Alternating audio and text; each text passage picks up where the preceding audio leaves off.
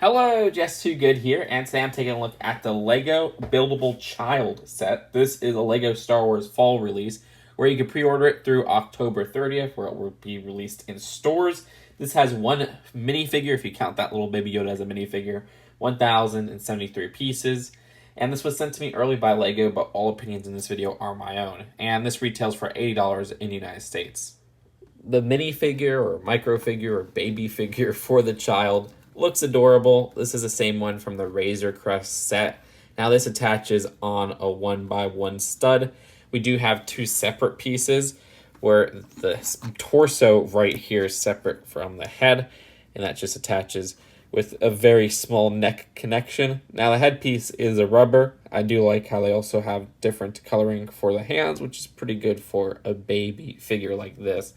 Don't have too much else to show for the child figure, but it's nice to get him in a little bit of a cheaper set than that $30 Razor Crest. For the two builds of the set, let's first take a look at the buildable child. The build for the child actually has some nice shaping with the cloth wrapped around the child. I like how they use all these different plates to have a little bit of greebling there, if that's the best word for that. I guess just some felt or cloth textures would be a better word. Looking at the back, even more of that shaping. Now there is some posability here, maybe a little bit less than I hoped though, with these hands. Unfortunately, the arms are fixated in place, so the right hand is always to the side. Now you can still move it around with a miniature ball joint, which is really nice. So there is a pretty bad connection where we have this piece right here, which has a loose connection if you just push down here. And that tended to fall off when I was posing this around. I do like how these are connected though, so that you can move each of the fingers individually, move them up and down, side to side as well, where there's just a little bit of movement with how the stud is connected there. But yeah, nice on the right arm here. Now left arm is always fixed in a way so that the child is showing off something, which is the gear shift knob. Now the gear shift knob itself does have a pretty interesting build where we have Sandy Cheeks' helmet piece. That's just what I see here in that gray coloring. Inside there's a little bit of a weight build, which is not anything too detailed. I think that's just to keep it in place. Unfortunately, they don't have a build where this can connect to the build of the hand there. It just has to rest in place. So if you have a sudden movement, it might fall off.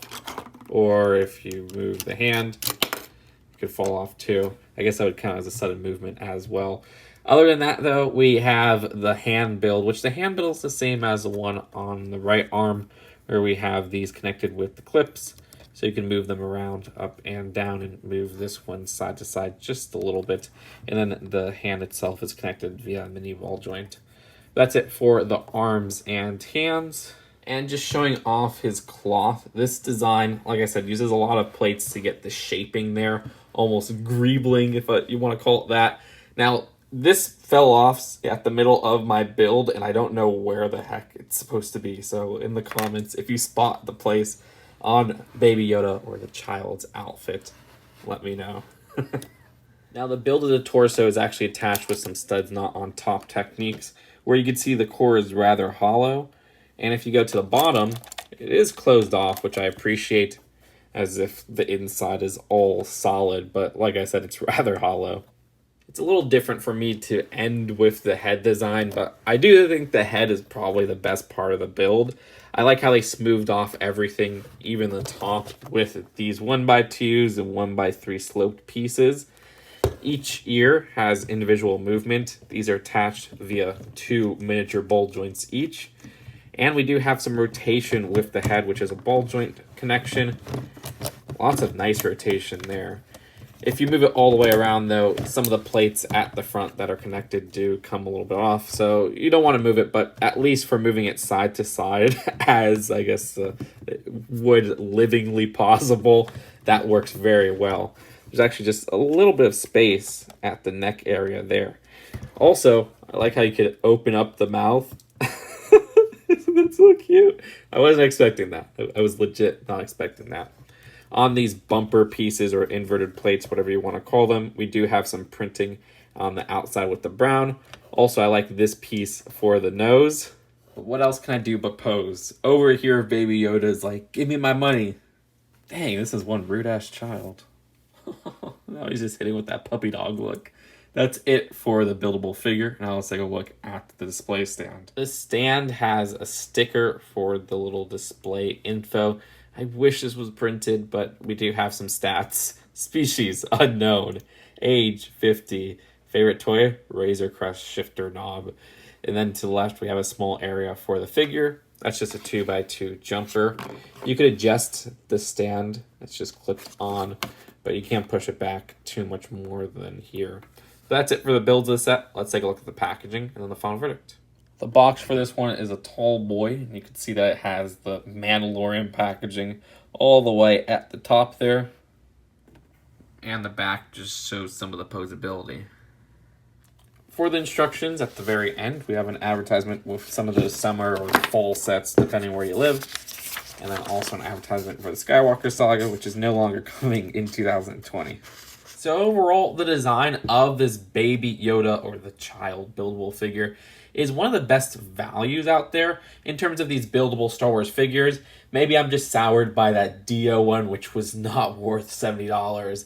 This one feels like it's worth $100 if you just look at everything included, look at the bulkiness of that body. It's only $80. I think that's a really amendable thing, especially for a Lego Star Wars set. Now, the design of the Baby Yoda, I really like the posability and just the shaping of the head. I don't like how the arms aren't posable. I think that was kind of a misstep. Also, the hand builds are a little, I don't know, just a little flimsy from my experience of just these ends right here, where this part tends to fall off. Maybe that's just me building something wrong. I don't know. But other than that, really love the build of this set. There's also a lot of sand green, which is cool. Getting Sandy's helmet in this gunmetal gray was interesting. Them throwing in the Baby Yoda figure was nice as well. With all things considered, I'd end up rating this one a B+, where I think it's one of the best values for these buildable figures. It has a nice amount of posability to it, even though it's not exactly what I wanted in posability. And I think the overall design is really interesting on how all those bricks come together for Baby Yoda, or the official name of the child. That's my 2 cents. Thank you again to LEGO for sending me this early. That's what I think of the set. Let me know what you guys think in the comments below, and I'll see you guys later. Peace out. Bye.